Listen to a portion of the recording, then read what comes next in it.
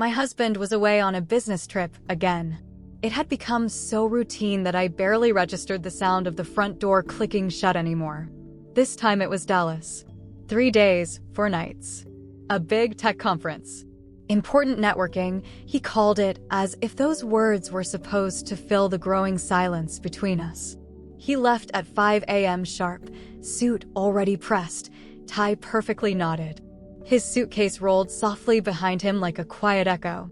The coffee machine hadn't even finished brewing when he leaned in, kissed my cheek, not lips, just cheek, and whispered a mechanical, "We'll talk more when I'm back." He always said that. And every time, we talked less. When the door closed behind him, I didn't feel lonely. I felt paused. Like life was something happening somewhere else. Like I was a placeholder in my own home. By 8:45 a.m., the Wi-Fi had dropped again, the 4th time this week. It had become an irritating metaphor, our connection blinking in and out, unstable, full of interference, held together by the thinnest, fraying wires. I sighed, got up from the couch, and reset the modem for the 3rd time this month. Nothing. The little lights blinked in mockery. With a resigned groan, I called the internet provider. After 10 minutes of elevator music and false cheer, I was told someone would be sent out between 10 o'clock and 12 o'clock. "Is someone home to meet the technician?" the operator asked. "Yes," I said automatically. Then paused. Just me. There was silence on the other end. Then a scripted, "Great. Someone will be there shortly." Click. I stared at the phone in my hand. I hadn't planned on seeing anyone today. It was one of those gray, quiet mornings. The kind that smelled like old rain and oversteeped tea. I was still in my robe. My hair was twisted up haphazardly. No makeup.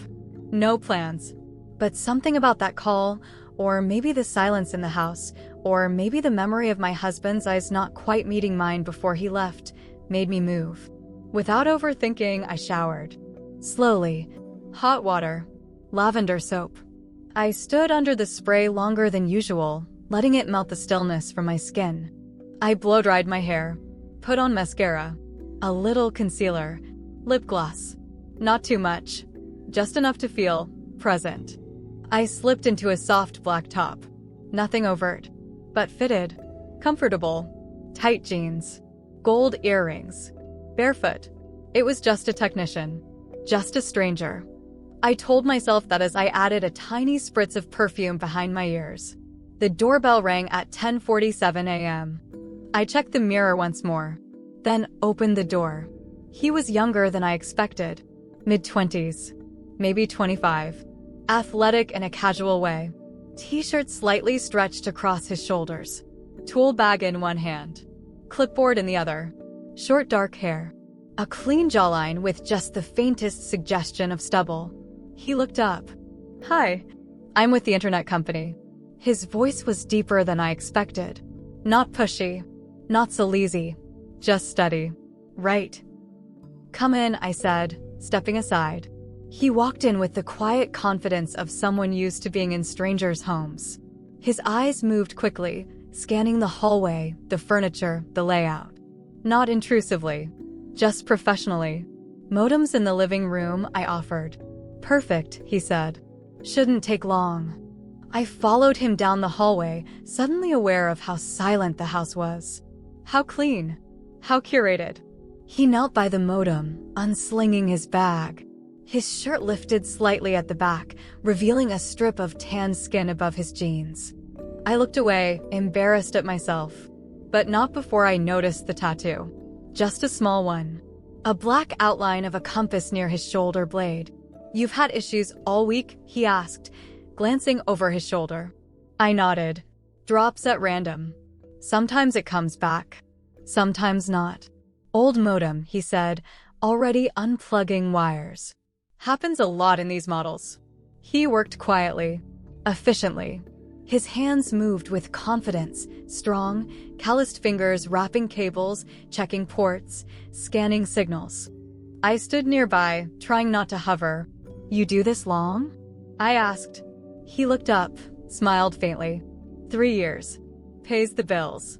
"I thought they'd send someone older," I said, then winced. Not that I'm complaining. He chuckled.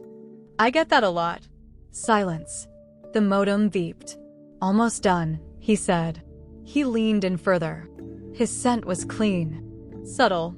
Not cologne, just soap, maybe deodorant, and something else. Something distinctly male. It stirred something low in my stomach. A memory, maybe. A need I hadn't acknowledged in a long time. He stood, brushing his hands on his jeans. All set. Want to test it on your phone? I nodded, unlocked my phone, opened a browser. Full bars. Fast load. Better than it's been in weeks, I said. He smiled. Glad to hear it. I hesitated. Want some water? He looked surprised. Sure. I led him into the kitchen, the light softer there, filtered through linen curtains. I poured a glass, handed it to him. He drank in slow sips. Nice house, he said. Thanks. My husband picked it. You don't sound thrilled. I laughed, caught off guard. Long week, I said. He nodded. We all have those. I leaned against the counter. You always work alone? Usually. Ever get weird clients? He smiled. Define weird. I smiled back. I'll let you know after you leave.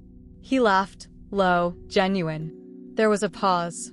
Not awkward, just charged.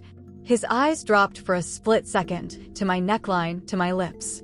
He looked back up, held my gaze. I felt something shift. You good here? He asked. I nodded. Better now. He stepped closer to set the glass down in the sink. Too close. I didn't move. His hand brushed mine. Accidental. Maybe not. Neither of us spoke. He held my gaze. 1 second. 2. Then stepped back. Well, if you have more issues, just call. I will, I said. My voice sounded different. Thicker. He walked to the door. Paused. You know, he said, sometimes a connection only works when you reset everything. He looked at me deeper than he should have. Then left. It had been 3 days since the technician came. 3 quiet, slow-burning days where everything felt like it was operating under a thin layer of static. The Wi-Fi was perfect now, full bars, flawless signal, but the rest of me buzzed with something I hadn't felt in years. Not confusion, not guilt, something closer to hunger. My husband texted from Dallas like clockwork, morning updates, brief recaps of conference panels, vague mentions of dinner with the team. Not once did he ask how I was doing. Not once did he say he missed me. It was like I was part of the itinerary, slotted somewhere between hotel checkouts and expense reports. I wanted to tell myself nothing had happened that morning, but it had. It was in the way he looked at me before leaving, not like a stranger, but like someone who had seen through the performance. It was in that final line he dropped before walking out. Sometimes a connection only works when you reset everything. It haunted me. And when I saw his name pop up on my phone the next day, saved from the work order, Lucas, I stared at the screen for a full minute before replying. Lucas, just checking. Signal still holding up? Me, it is. Lucas, glad to hear. If you need help again, you know how to reach me. Me, actually. I was hoping I could ask something off the record. There was a pause. Lucas, shoot. Me, I've been thinking about upgrading some home tech. Security stuff. Smart systems. Could use advice. Lucas, that your way of saying you want to see me again? My breath caught. Me, maybe. Lucas, I have time tomorrow afternoon. That was it. No plan. No excuses. Just a door left slightly ajar. And I stepped through it. When he arrived the second time, it wasn't for a modem. He wore the same shirt, but it hung differently now, looser, maybe, or maybe I was just reading into every fold. He brought a tablet, showed me some smart home interfaces, but neither of us was really looking at the screen. We were looking at each other. I can do the install later, he said, watching me. I nodded. Let's start with the living room. The moment the door clicked shut behind us, the tension snapped. He stepped forward. No words, just heat. His hands were strong. My breath caught. And everything I hadn't allowed myself to feel in years spilled over. Not just desire, but rebellion. Defiance. The aching need to be chosen, to be seen, to be wanted. And I was. We didn't rush. It wasn't clumsy. It wasn't desperate. It was deliberate. He touched me like he had time. Like he knew this would be the moment I remembered when I was old. When memory blurred, but this feeling would stay etched in some permanent place beneath my skin. And when it was over, I lay beside him on the couch, heart still racing, my hand brushing the edge of his shirt. Neither of us spoke. Because what do you say when you've crossed the one line you can never uncross? The next morning, I woke to the sound of my phone buzzing. It was a FaceTime call from my husband. I sat up too fast. Answered instinctively. He was smiling. Hey, babe. Just got out of the breakfast panel. Thought I'd say hi. I tried to compose my face. Hi. You're up early. Yeah. Just wanted to see your face. Haven't done that in a while. It sounded sweet. Almost normal. But his tone was too smooth. Everything okay? I asked. He nodded. Better than ever. He didn't mention anything else. Just smiled. Said he'd see me soon. Then ended the call. I exhaled, and that's when I noticed the little green light on the shelf camera was blinking. The one he had set up months ago, part of his DIY home project. He never used it. Until now. My stomach dropped. I checked the settings. Remote view, enabled. Last access, today, 9:41 a.m. Exactly when I'd been with Lucas the day before. He had seen it. All of it. I tried to call. He didn't answer. I texted. Nothing. For 24 hours, silence wrapped around me like a noose. I checked every message, every camera, every possible explanation. But there was nothing left to explain. Then, late the next evening, I came home to a box on the kitchen counter. Inside was a flash drive. And a note. Watch it all. Then decide what matters to you most. I plugged it into my laptop with shaking hands. There it was. Footage. Clips. Screenshots. He'd compiled it all, not just that day, but messages, call logs, even a receipt from the coffee shop where I'd met Lucas 2 days earlier. He knew everything. And at the end of the file, one video. Of himself. Speaking directly into the camera. Claire, I loved you. Even when you stopped seeing me. Even when you forgot I was trying. But you didn't just drift. You dove. Into someone else. Into somewhere I couldn't follow. So here's what I'm going to do. I'm walking away. But I'm not going to scream. I'm going to leave quietly. So you'll never know when I was watching, and when I wasn't. That was it. I ran through the house. His clothes, gone. His keys, gone. His wedding ring, left behind. On the windowsill. I called Lucas. No answer. Texted again. Still nothing. Later, I found out that my husband had called Lucas's company. Reported him. Anonymously. Lucas was suspended pending investigation. He moved out of town.